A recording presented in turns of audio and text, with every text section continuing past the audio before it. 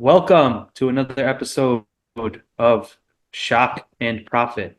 I was thinking the last episode that we did about the violence and everything, and they said you can't post shock content, but like that's our whole name, Shock and Profit. Like we want people to be shocked, but Right. And we want to also tell them how to make some profit. yeah, Good job. or hopefully get some nuggets of wisdom from whatever we've gained in the short time here. This episode we're going to be deep diving into one of our favorite topics, MMA. We're going to go over our buddy Khabib, which a lot of people consider to be one of the goats of MMA. And then at the end of the episode, we're going to go over who we believe is the top five and our number one pick for greatest of all time. And this is regardless of weight class. And feel free to disagree with us, and we can definitely chop it up. So I guess we could get going on Mr. Khabib here. He is one of the craziest MMA fighters I think there's been on the scene, and I think he cut his career way too short. And I don't really know if it was the best idea to just like stop, but I get he's got other things on his mind, especially with his dad passing away. So what are your thoughts on Mr. Khabib? I think he'll be back. I think when the money starts to wear down, he'll be back. Well, how much money did he make? Do you think he made enough to like sail off in the sunset? He lives in Russia. Where does he live? Dagestan. Dagestan. Oh, okay. So our dollar, what is our one of our dollars is like what, 1 billion of their dollars or Yeah, something I like don't that? know. I don't want to insult them. I don't want him coming over here and kicking my. No, no insult or anything, but he could probably, I guess maybe he could live forever if he lives over there. Yeah, but I mean, once you make that kind of money and you start, I don't know what his lifestyle is, right? But I know a lot of people when they start making that kind of money, they start spending. They buy like McLarens, or they buy expensive houses and they get staff in their house, and they start living that lifestyle. And then you realize to continue living that lifestyle, you need the money to keep coming in. But maybe he's not like that. Maybe he's a more humble kind of guy. Maybe he bought his house, paid it off. Just wants to have enough money to feed his kids and go on vacation once a year. Who knows? Yeah, I saw a short of him and his coach, and his coach was saying that he was like a super generous guy. He always looked out for everybody, and that he was a giver even before he had money. So like when he got it, it just made him that much more of a giver. So maybe he's probably one of those guys that he's not really into the whole lifestyle thing, and he just kind of does his he does what he would do regardless of the money. It seems like he's still training people, right? There's a lot of Khabib lookalikes out there these days that are in different weight classes that are doing their thing. You think it's like the new style that's going to catch on? It's like Dagestani Amish. Like, what do you think? Well, I think people who come from a place like that, um, they're gonna be hungrier, right? It's like think about boxers in America, the ones that were always the most successful for the most part were the ones who clawed their way out of out of the ghetto. Um, Right. it's funny, like if you watch the movie Creed, she goes, aren't most boxers street? He's Yeah. like, oh, I'm a square though. But anyway, it's a fact. I mean, a lot of times fiction plays on things that come up in real life, and uh, fighters that came from this country, they had it hard. They have a hard life. I mean, just the weather alone is hard. Coming from that part of the world, just dealing with those winters and you know an oppressive government and a violent street life. So by the time those guys get through training and fighting other people who are angry and growing up in this environment, they're going to be hardened, really hardened. So couple that with they have a really great wrestling program. Couple that with the success that Khabib has found and him passing on that success and that knowledge. Yeah, you're going to have a lot of people coming through with that grit and that skill set. So I did a quick search just to see. I don't know how accurate it is, but they say that his net worth is about $40 million US, which translates to like 3.6 billion Russian rubles. So I don't know how that would work as far as him being needing to fight in order to make ends meet. I think he could probably, take care of himself for the rest of his life. Yeah, but I mean, is that enough for generational wealth? I don't know how many kids does the guy have? Does he have a lot? I don't check it. Let me see. I'm going through his wiki right now. A lot of it's talking about his fighting style, personal life. Okay, let me see what we got here. Family. Okay, it looks like he's got a son, two sons. Yeah, it looks like he's got two sons right now. So, I mean, that could get you pretty far over there. Yep, They I they guess. they operate on the ruple. I think Is it's he going to stay really there? I don't know. I mean, he likes his homeland, right? I think he only comes here for fights and to like help train guys. But I think the obviously the major his major victory was over the greatest shit talker of all time, the McGregor. He basically said like I would smash your face, like he didn't mince words and he did it. Why do you think he was successful against McGregor? Well, I think well, one, he's like I said, he's got that grit. He's a tough dude. He can take a shot too, right? We've seen him take shots against, I think Poirier, you Yeah. know, and Poirier, I think, had a lot of success against Khabib because Poirier's anti takedown game is really, really strong as well. So he had a lot of success stopping the takedown and hitting him. But I think against McGregor, what McGregor was super concerned about was the takedown, and he spent a lot of his training camp worrying about the takedown. And he got caught, right? Khabib faked the shot, overhand right, clipped him, dropped him. And if you watch that fight, everything was downhill from there. Conor was doing pretty good up until that point. But once he got hit with that shot, I don't think he was expecting Khabib to hit that hard. Um, or, or he wasn't really too concerned with the striking. He probably didn't spend much of his training camp striking. He's probably spent most of it anti-wrestling, which is what I would do if I was going to fight Khabib.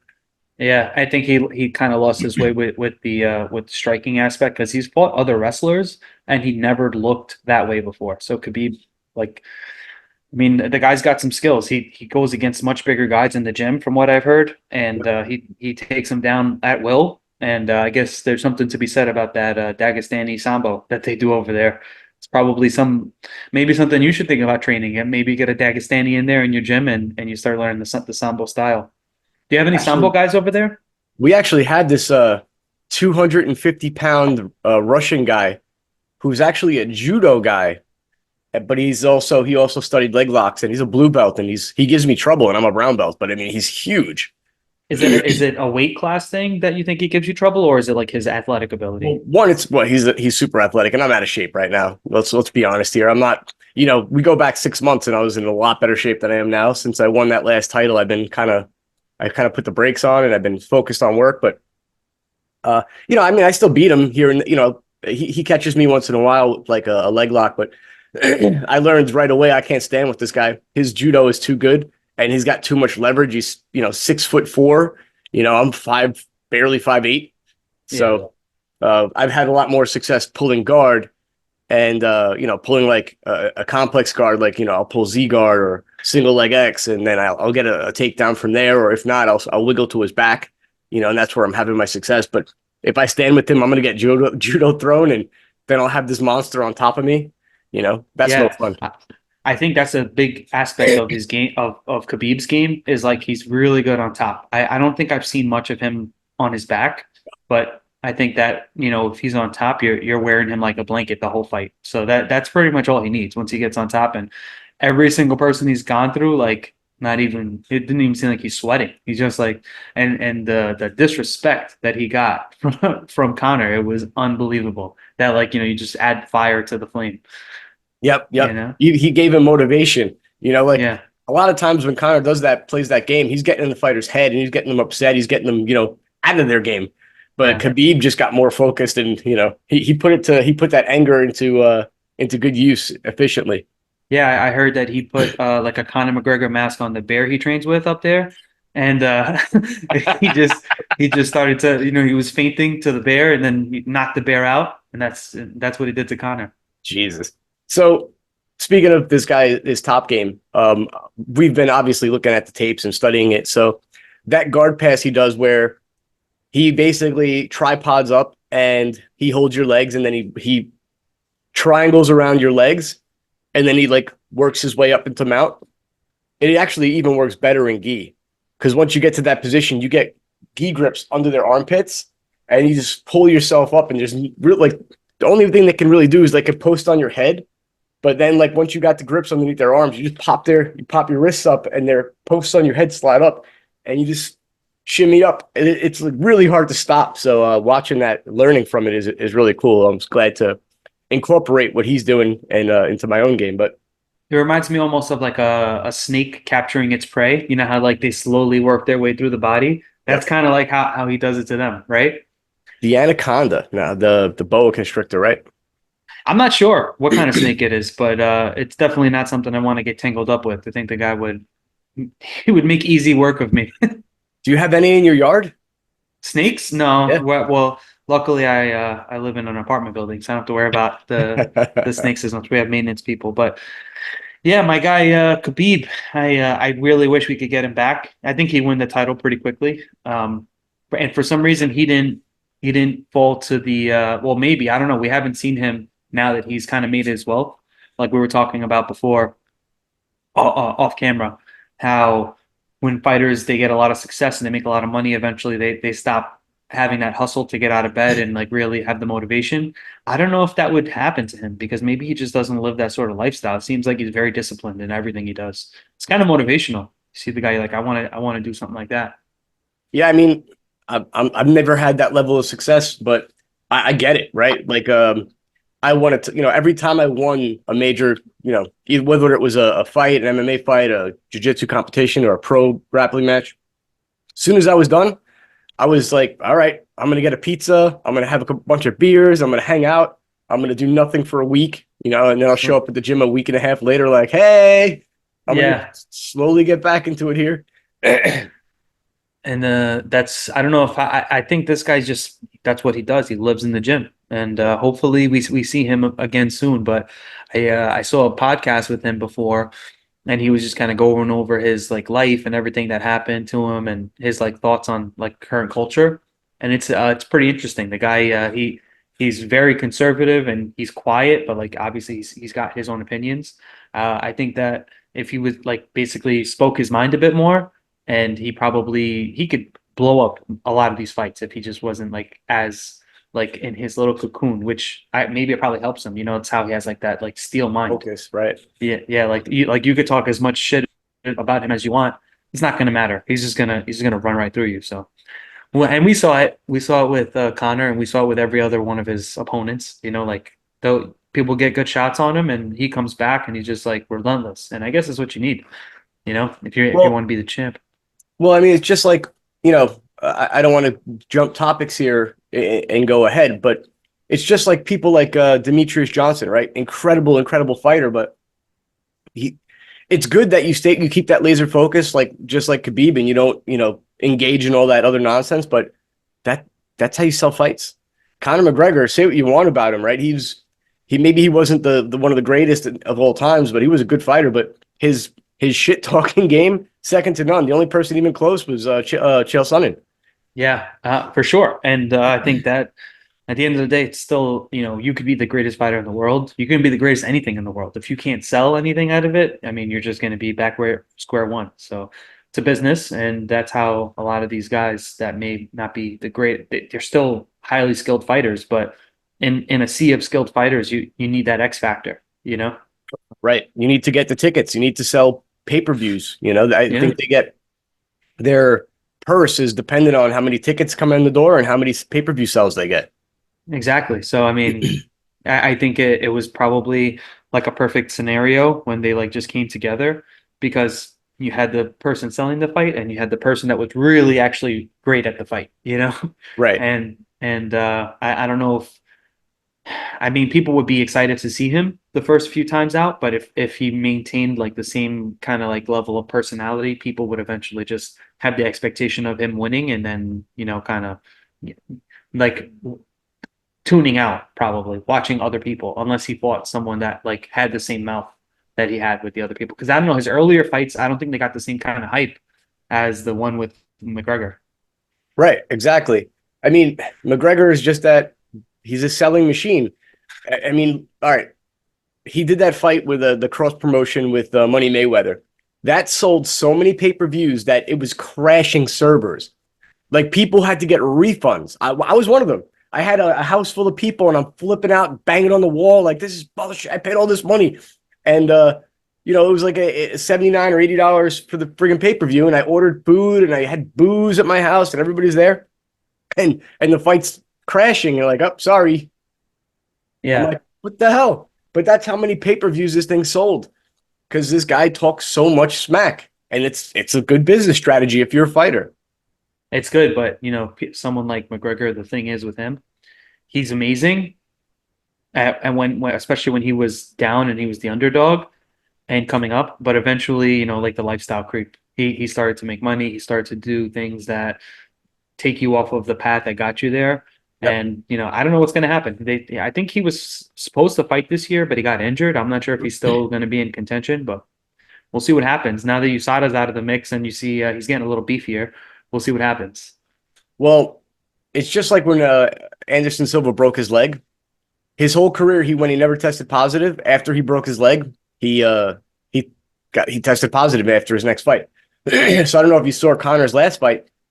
He was doing really well. He was winning, and then he stepped back and his ankle rolled and just snapped.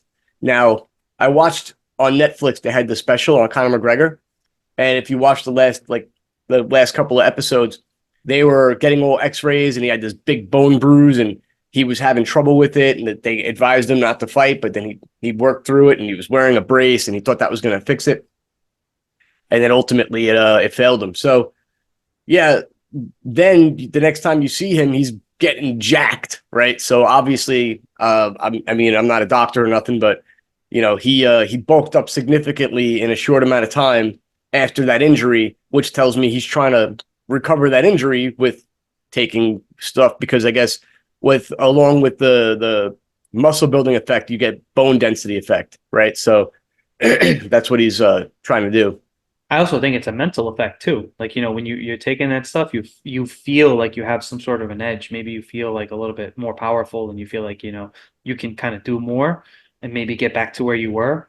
Is sort of like a shortcut, but a lot of the mental side of the game is it's big, Right. So sometimes they just take it so they feel like, okay, I'm how I was when I was coming up. But, that's only going to take you so far. And especially if there's like, I mean, USADA's kind of out, right? I think after this year.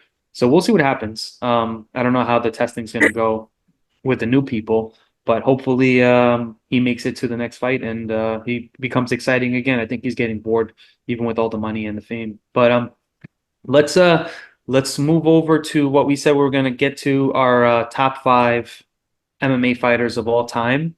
And Wait, I real quick. Sorry, before we get into that, I just wanted to ask you a question. sure. What do you think is the bigger X factor? Is it athleticism or skill? I think it's a combination of I think it's a combination of skill and mentality, right? I think the mind is more important than anything else. Like you could be super athletic, but I mean, you've seen it and I've seen it in the gyms. Someone could come in with a football background, a baseball background, whatever. They're super fast, they're muscular, and they just get taken out. And sometimes, they could be highly skilled and not have the mental side. I think a mental side is probably really close to the skill level. Like if you're not good under the pressure, you're not really going to be cut out for the competition, you know? Okay, I kind of agree because I got so many guys that I've trained with over the years in so many different gyms that, you know, give me a really hard time in the gym. Same belt even. And, like we'll go 1-1, when we train. And then we go to competition and they just don't they underperform. I think they don't take it seriously enough, or in other cases they let the pressure, like they fold under the pressure. Yeah. And others, like I said, they just, oh, I'm just going to go out there and have fun, and they don't go in it. They don't go into it the way I go into it. Like I go into it like I'm winning, right? Like my adrenaline spikes so hard before every match that after every match I feel like I'm drained, like I'm going to collapse, and the next day I feel like I ran a marathon while doing push-ups and walking on my hands. Like every muscle just hurts. I can't turn my head because I use my head as a wedge. Like everything is killing me because I gave it so much and my adrenaline spikes so hard. But Yeah, well, you remind me of I remember I was watching like a short, or maybe it was prime time, about Donald Cerrone, and he was talking about how like the mental side was so important. He got like a sports sports psychologist psychologist, involved. yep. Yeah, and then like it changed his ratio. He started winning a lot of matches, and like this guy was a monster. And it's just a big testament to how important the mental side of the game is. Cowboy is one of my wife's favorite fighters, just because of what you just mentioned. That he saw, he was always a great athlete, always a skilled fighter. He's got one of the most favorite combos I've ever seen. He was like pow pow pow, high kick pow, like it was amazing. It was like scripted in a movie. But anyway, the fact that he went through that and then figured out his mental stuff, and then it clicked in his head, and he just went on a tear. And Yeah. I watched an interview. He was like, "Yeah, my coaches were like, oh no, you got a fight coming up. You can't do this. You can't do that." And he's like, after the sports psychologist, he's like, "Nah, I'm gonna go skydiving today, and I'm gonna fight tomorrow." Like he just was like, "I'm gonna live my life. I'm gonna go surfing and shark hunting, and then I'm gonna go MMA fight the next day Yeah, because the why guy's not?" definitely an adrenaline junkie, but the mental side played a big factor. And I think that really good fighters, if they had that, that's like the missing link to become like champ status, you know? Yeah, but then the other side of that is you got these super athletes like Sage Northcutt or GSP, where they're just so athletic, doing somersaults and backflips and whatever else. And it's like if you get a guy like that that's so athletic and you teach them, how to fight really well, I think they're also going to have a huge edge, right? Because you got somebody else who's not so athletic, not so explosive, and you know, when you're using 100% of your power to keep up with their 80% or their 75%, you're going to gas faster, you know. Yeah, well, a big part of it is even these guys that you're talking about, like how high up did they get? Like at some point when you reach like the top 10 status, you're fighting guys that are all athletic. So True. you have to you that's where the mental side comes in. Up until that point, yeah, you could probably get by on good looks and being able to do backflips and stuff, but at some point you're gonna have to contend with someone that's ready for it and has the same athletic ability.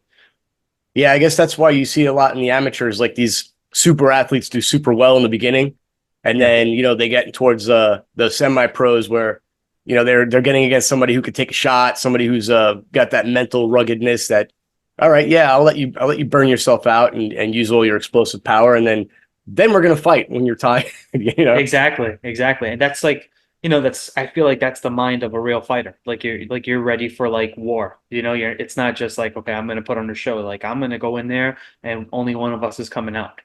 Yep, You, yep. you know? So when we go back down to top five, I'll run down my top five, and then at the end I'll tell you who I think number one is. Okay. I think coming in at number one for me, we got John Jones. He's got to be in the discussions, and I mean, he's never lost. I don't even count that no contest as a loss. That was nonsense.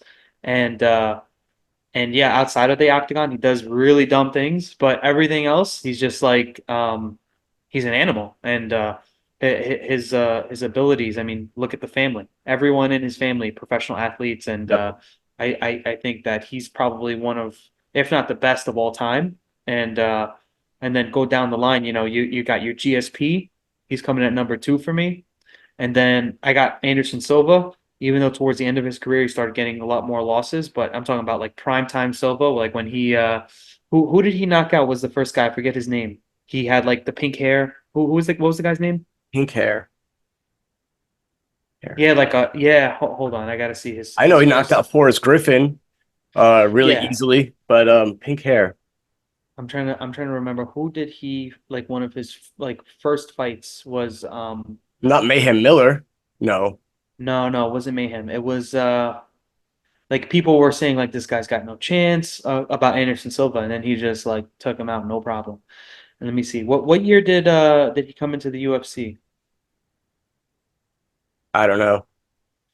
It was okay. You Chris put up. Lieben when he went up Oh, against Chris Lieben. Lieben. Lieben. Yeah, Yep. yeah, yeah. Lieben was on painkillers throughout his career. Well, I mean that just well, I mean, do you think it's a matter of when these guys get into the sport, they're like thinking I'm just gonna make it big and get super rich, and that's why they stick it out, or you think it's just like some sort of like mental thing where they always want to be in fight mode? Um, I mean, I think a lot of these guys, they came from a place where they didn't have a lot of options. And then, they find the measure of success, they find some money, and some people can't handle it. I mean, look at how many child celebrities they get this big payday, and then look at Macaulay Culkin. He looks like a bag ass. I mean, he looks horrible. I mean, for He somebody looks who like a grew bag up of ass. rich, what is he? He's got to be close to my age, or maybe a little bit older, maybe 2, 3 years older than me. And he looks like he's been through war. You know, Yeah, I guess the money does play a big factor. Okay, coming in at number four for me, we got Khabib. I know at the top of it we're talking about how great he is, but I'm also thinking about what level of competition you faced and how long you stayed in the game. Like he's been in a while, but I think he probably would have propelled up to number one if he just kept fighting all these years instead of stopping. Unfortunately, he had some tragedies in his family and he stuck out. So, and then for me, number five, which is going to probably be a little crazy to most people, and I would say we got Cain Velasquez for me. I would say he's just the competition he faced, the insane differences in size. He fought at heavyweight, and he seemed like he definitely could be a light heavyweight if he really like got really strict with his diet. And he was taking guys down and destroying them before he started getting all those injuries. And it's probably a testament to like how hard he was training outside the fights. So that's my top five. Who do you got? well, one, I won't even pick a heavyweight because none of them can hold the belt, right? Because they get maybe what, two title defenses and that's it. Because Yeah, they're just not as talented, in my opinion. They're slower. So everything they do is at a slower pace. Their brain is functioning at a slower speed. They're big, they're muscular, but the littler guys, they're always that 185, 170 pound range, they're always going to be the best because they're too big for the small guys, but they're big enough where they can fight bigger people. But then when you get into these 250-pound guys, it's just ridiculous, right? Like yeah, it's not a matter of how skilled you are at that point. It's who lands the first big bomb. right. Like Ngannou, how he just knocks people into different orbit every time. Yeah, Mark Hunt, another one. You Yeah, know, um, what's his name? Alistar Overeem. Can go on and on. All these big guys. I mean, even Frank Mir was never like a top dog, but if he landed a shot, the guy went down. Who was that other guy? The he had that Czech Congo. He had that fight with Czech Congo. He must have knocked that guy down like 4 times, and then Czech Congo happened to land a shot and knocked him out. I mean, Czech Congo had grit, to get up that many times. But anyway, I'm not picking a heavyweight because I just don't think that they're deserving of a top five position. so So so who do you got? I'm gonna agree with you for John Jones, even though it pains me to say, because like you mentioned, he does some dumb things outside the octagon, but it's also he's a dirty fighter, right? He eye pokes so many people. He does that lead front side kick to the knee to try to hyperextend people's knee, and like that can end somebody's career. Yeah, I get that you want to win, and in my opinion, that should be illegal. But you're just you don't give a crap about anybody. Like he choked out Lyoto Machida and just dropped him like a bag of potatoes. It's just unnecessary. Anyway, so all right, I'm gonna go with him for number one. I'm also gonna agree with you for GSP for number two, and he's a super great guy. On top of that, right? Look at this guy. He fought a welterweight for years, gave up fighting for years, comes back and fights the champion at middleweight and destroys him and chokes him out like nothing. And he Yeah. was beating him up the whole fight too. So he never lost a step the whole time he was out of competition. Um, three is going to be a little bit debatable, but I'm going to go with Lyoto Machida because, in Okay. my opinion, he might not have the bestest record, but he's got the most intelligent fight style. He takes the least amount of damage, right? And he drops people unsuspected. He took out Sugar Rashad Evans. Nobody thought he had a shot against Rashad Evans. Everybody thought Rashad was going to take him down, use that collegiate wrestling background, and just pound him. But nope, nope. Machida was like, "Pow!" Like that's I guess I guess that's where the styles make a big difference, and I think that karate style is a really good, especially if you know your jujitsu, which he obviously is a oh black yeah, belt. oh yeah, Karate mixed with jujitsu, especially coming from the right place, you could kind of nullify someone's amazing wrestling. Yep. So I would actually say like Anderson Silva also tied for number three, but I guess we got to pick five. So I think those two are interchangeable, even though Anderson Silva had a better career, and I think a lot of that is because of the athleticism. But Machida was very excellent as well. When he came down to middleweight, that's where I think if he would have started and stayed in that throughout his career, he would have had the same career as Anderson Silva. But unfortunately, he fought at 205, which was a mistake in my opinion. I think they Uh, trained together, didn't they? oh yeah, they were teammates, and they never would fight each other because of that. That's probably why he chose the higher weight class. Probably, yeah, you're probably right. So yeah, because he didn't come down until Anderson was injured. That's right. Right. So then number two, I've got BJ Penn. I'm What's number sorry, four? number four. I'm sorry. So BJ Penn, Well, and he would be number five if you got if you well number three. Who do you got for number three? Is it Lyoto or is it Anderson? I'm on the bit like so. They're both three and four. Okay. Yeah, I can't make up my mind. So we'll put them both as interchangeable three and fours. Okay. And then number five you have as BJ Penn. BJ Penn. Okay. So I look, mean, let me make the argument for BJ Penn though. So one, he was fighting way earlier, right? He was fighting really young.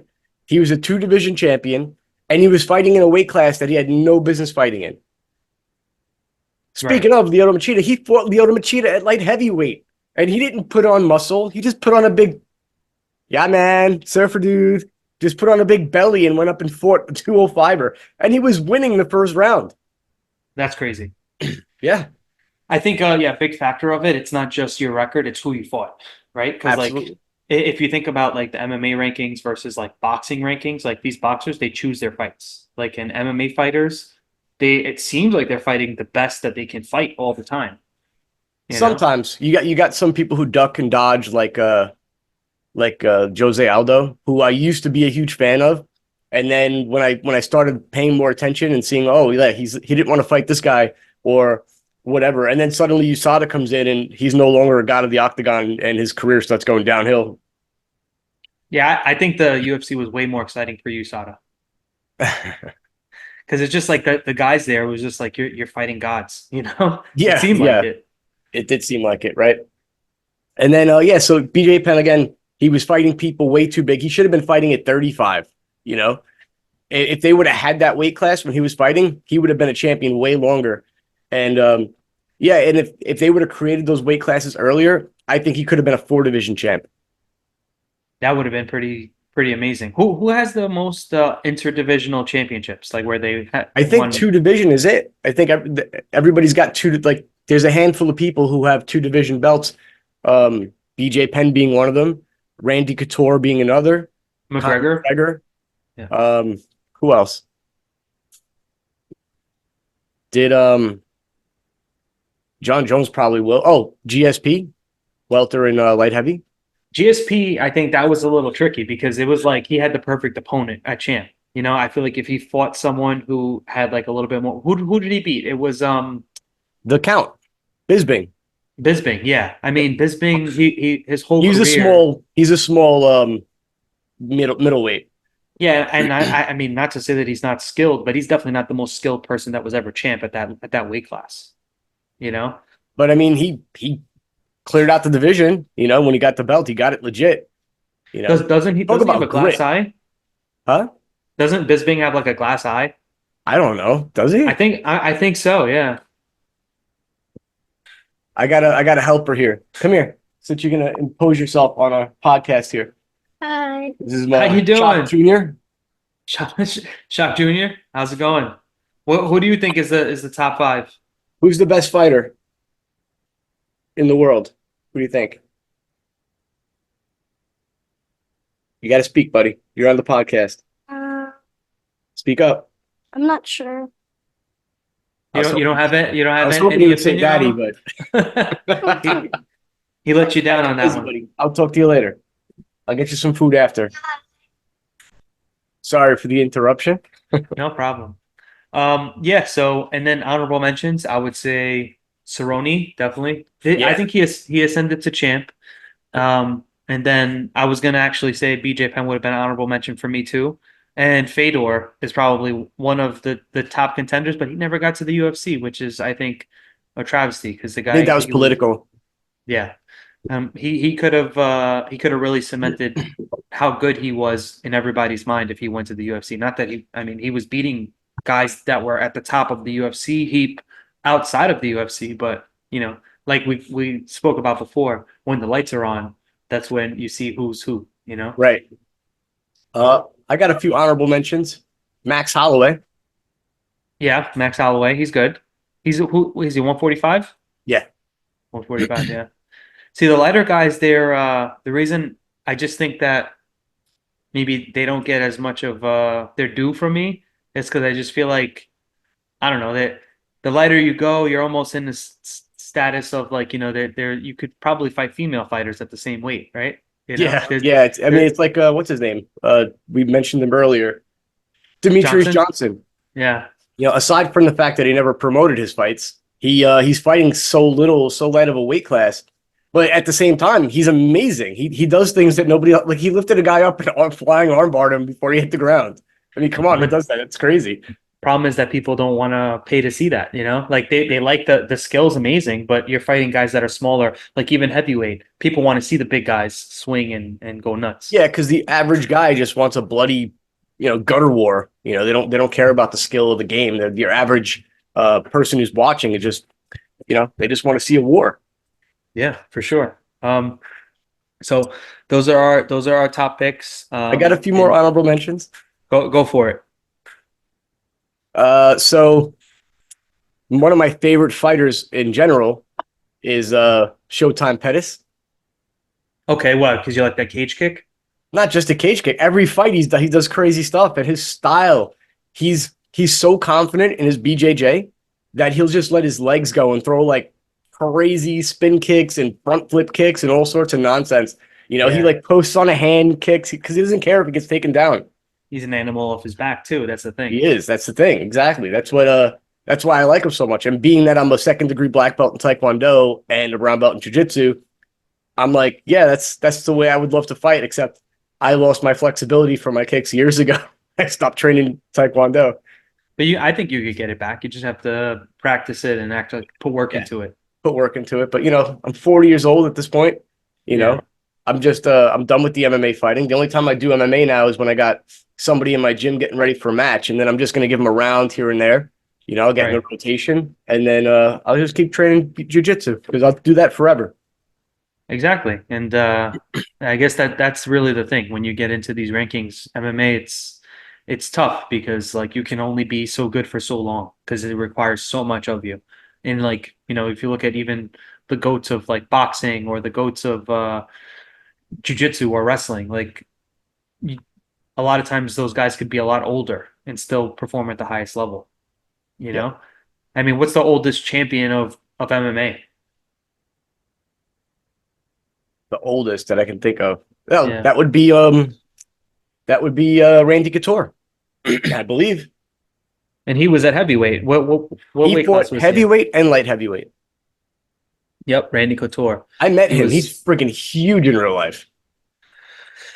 and he was in during the golden years before USADA and before, they call him the golden snitch, the one who ran it. The what's his name? Who's the golden snitch? I forget his name. Derek Nowitzki? I don't know. Yeah, he was the top of USADA. And I don't know why they call him the golden snitch, but maybe because he always told on people about their usage.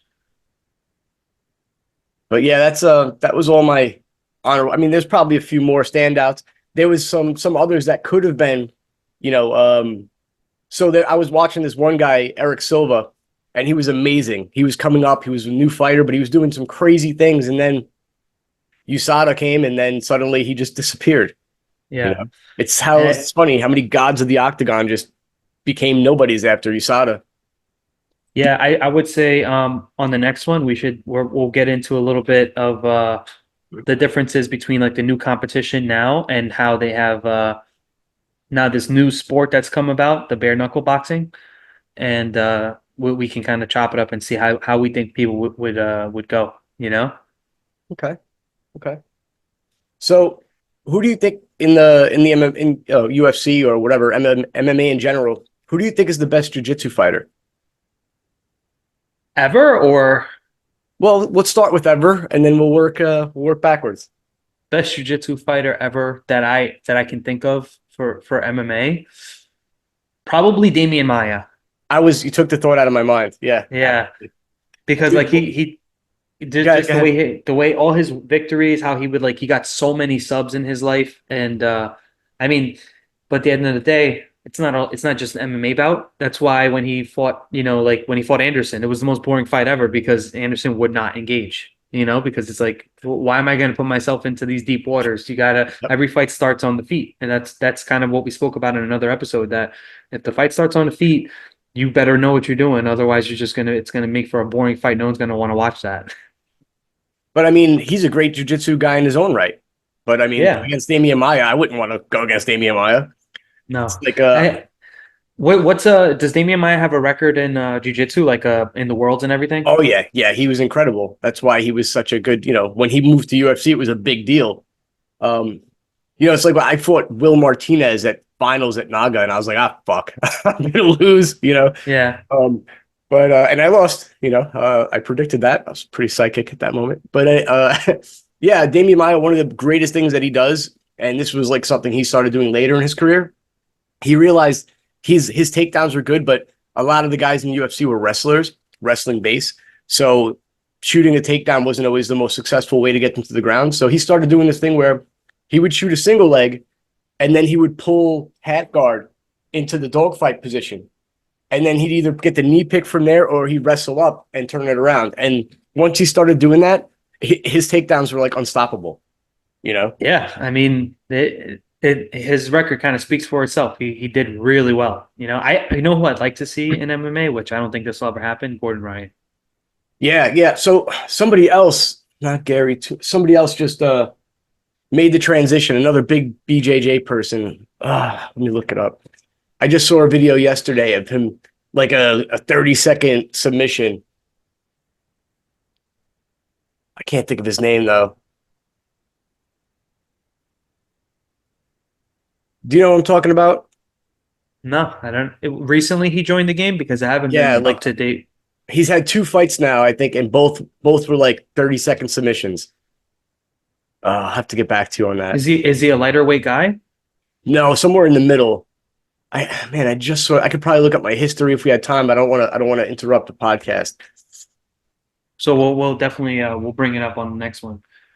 But Okay. yeah, I think it remains to be seen what's going to happen with the as time goes on. I'm sure that these numbers will change, but whoever's trying to catch up to these guys at the top, they have a lot of work ahead of them, and a big part of it is who are you fighting? If you fight people that no one knows, you could have the best record in the world, but if no one really, if people don't care, if no one's tuning in, like a big reason why I liked Cain Velasquez, he was like the first fight on Fox, and when he took out Brock Lesnar, it's like okay, he's a heavyweight, but he was fast, and it's like a unique thing to see from someone that big, you Yeah, know. you definitely don't see people moving like that. I mean, it's just like Frank Mir. He was he was moving off his back like a lightweight. With his jujitsu game was incredible. But you know, to see a guy like that size move like that's incredible. Like you don't expect it. You know, Yeah. another underappreciated guy who I think would have done great if he would have taken his diet seriously. Um, Roy Nelson. Roy Nelson. Yeah, Roy Nelson was good. I mean, he definitely had the skill. I guess he didn't take the sport as seriously. It didn't seem like it. He subbed he subbed Frank Mir at like Naga. Yeah, I mean, the guy is good. He's definitely has a lot of skills. It's just you got to take care of yourself. Yeah, I mean, but look at Frank Mir. He's a specimen, right? And here's this Roy Nelson with his belly, and he's out jiu-jitsuing him. That's incredible. But I I mean, think yeah, that if he would have taken his diet seriously, I mean, we could also talk about but this is a wrestler, but the heck's his name? Dale Cormier. yeah. Look at him. He's just got that big belly, and he's still dominant. Everybody who's ever gone against him says like he's got so much power. It's like it's unrealistic. They never felt Yeah. anybody that strong. And imagine if he took his diet seriously. He could have easily like if he took his diet seriously, he probably could have easily made 205, maybe even dropped down to 185 if He he was did like lean. he did do 205, but if he went down to 185, he'd be a destroyer. There'd be nobody that could stop him. And Yeah, he's but I short. guess says those chicken wings, man. That'll get the best of you. So I think we hit it pretty good on this one, and we'll definitely we have a lot more to talk about going forward. People should tune in because we're going to be going over things like lifestyle, how to negotiate, and anything under the sun that kind of interests us. So tune in. And any closing thoughts? Closing thoughts. So, you know, the creation of mixed martial arts has really revolutionized all martial arts, and it's brought up a whole lot of things like bullshido, you know, all these fake things that you see out there, like these oh, watch this video and you'll be able to defend yourself in the street. Yeah, no, there's no video, there's no magic technique. You need to train. You need to train, and you need to train hard. But if you bring yourself to that skill level, even like of a blue belt in jujitsu and like maybe, a year or two boxing or kickboxing, there's nobody in the street that's going to be able to take you on. Somebody just tries to snatch your wife's purse and run like you. I mean, if you can catch them, there's no way they're going to be able to tend to stand up against you, right? Anywhere in the game. So, yeah, the creation of mixed martial arts has been great. It shows how the different martial arts make some sense and what they're good at, what they're bad at. It exposes what's true and what's untrue. And it's good to see people with great talent and great athletic ability try to enter it, and you can see like what's like possible for a person to accomplish. Yeah, one last thing on this, like you said earlier, that karate style, right? People thought karate was bullcrap, but no, I mean, a lot of the problem with karate is a lot of the schools are bullcrap. Yeah, You got a legit one that's competing. Even Taekwondo, you got a legit school that's competing and they're winning championships. Now you teach that guy how to fight on the ground, and you've got somebody like, Anthony Pettis. yeah. Yeah, I think a big factor is how do they spar, and are they actually mixing it up, and are they just like practicing a kick on the bag? It's not the same. exactly. Yeah. All right then. So we'll definitely chop it up again, and hopefully next time we're gonna have a lot more for people. So tune in, and that's Shock and Profit. Later, everyone. We're out.